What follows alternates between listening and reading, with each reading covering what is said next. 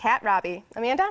While many families are facing the flight of their children and the impending empty nest, as colleges are also gearing up for the start of the year. And this can be a very scary and emotional time for parents that have not been alone in, 18 years?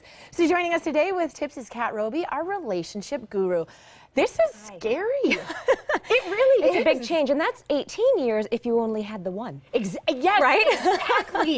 There may be a couple more in there. This could be quite a long time. Or like in my case, it was like 32 years before my parents had been alone, and they were looking at each other when all of us were out of the house like, what do we do? What do we talk about? All of our subjects of entertainment have left. Right. And so much, structure and practicality, and like every day has a certain thing that needs to be done, and then poof. I mean, not all of it changes, but a good portion of the day-to-day really changes. And especially if you have really outgoing children that, they're always like bouncing off the walls and they have so much to talk about that realistically by the end of the night when you are just with your husband, you're like, oh, I'm so tired. The house is so quiet. I know, I'm just gonna go to bed. So what tips do you have for people that may be experiencing this for the very first time? One of the big things is that when there's all that elapsed time, you think of this person, now that you're just, the two of you spending time again, you revert back to what you think they liked 32 years ago. Yes. And something occurred to me the other day that I think happens quite often. I know it happens a lot with the couples that I work with in my office, and that is, well, you used to like this. Why don't you like that anymore? In the way that, you're taking it personally that this person likes something or another differently than they used to. Well, it's been a while, and why not get to know who they are now?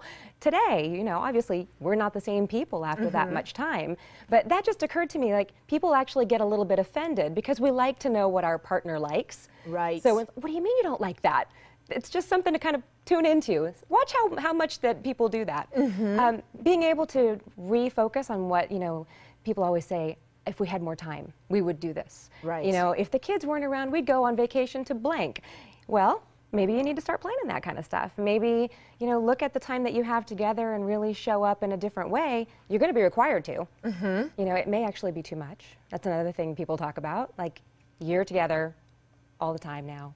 Sometimes these things coincide with retirement. I was just going to say with retirement especially. I mean, people are having children later in life, so by the time that they start going to college, you might be 1 year, if not in retirement, when now you're looking at your significant other saying, what? Yeah. Are you ever going to go away? Are you going to leave? Well, and I think that's another thing, obviously you're both feeling a loss of, may not feel like a grief kind of loss, but it's a change, it's a loss in the sense that the kids are no longer around.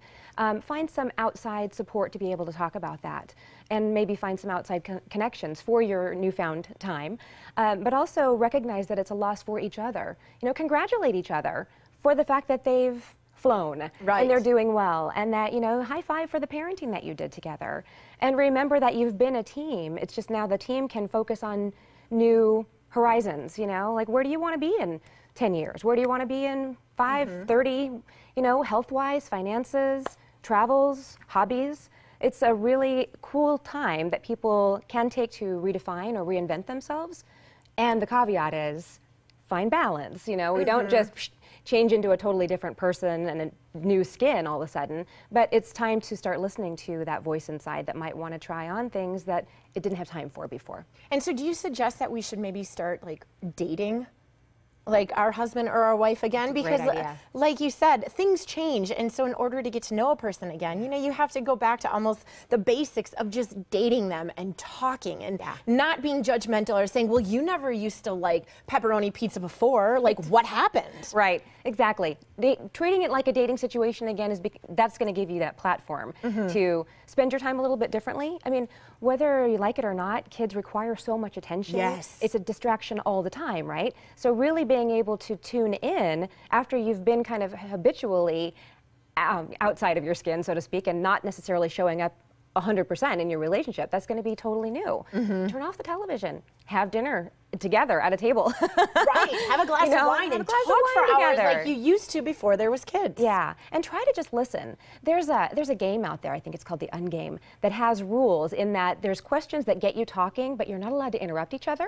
And you're not allowed to ask questions of each other unless you get a card specifically saying you can do that. And I love the concept of that.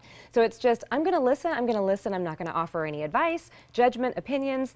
I get to hear all about it and just listen. And it's such a cool, just try that. Try that with your partner and see what happens. It's totally like dating. That's great. We'll end right there. Everybody needs to go pick up that game. Yeah, sounds perfect for relationships. Kat, thank you so much for joining us. And you can find out more about Kat and her counseling services by visiting robeycounseling.com.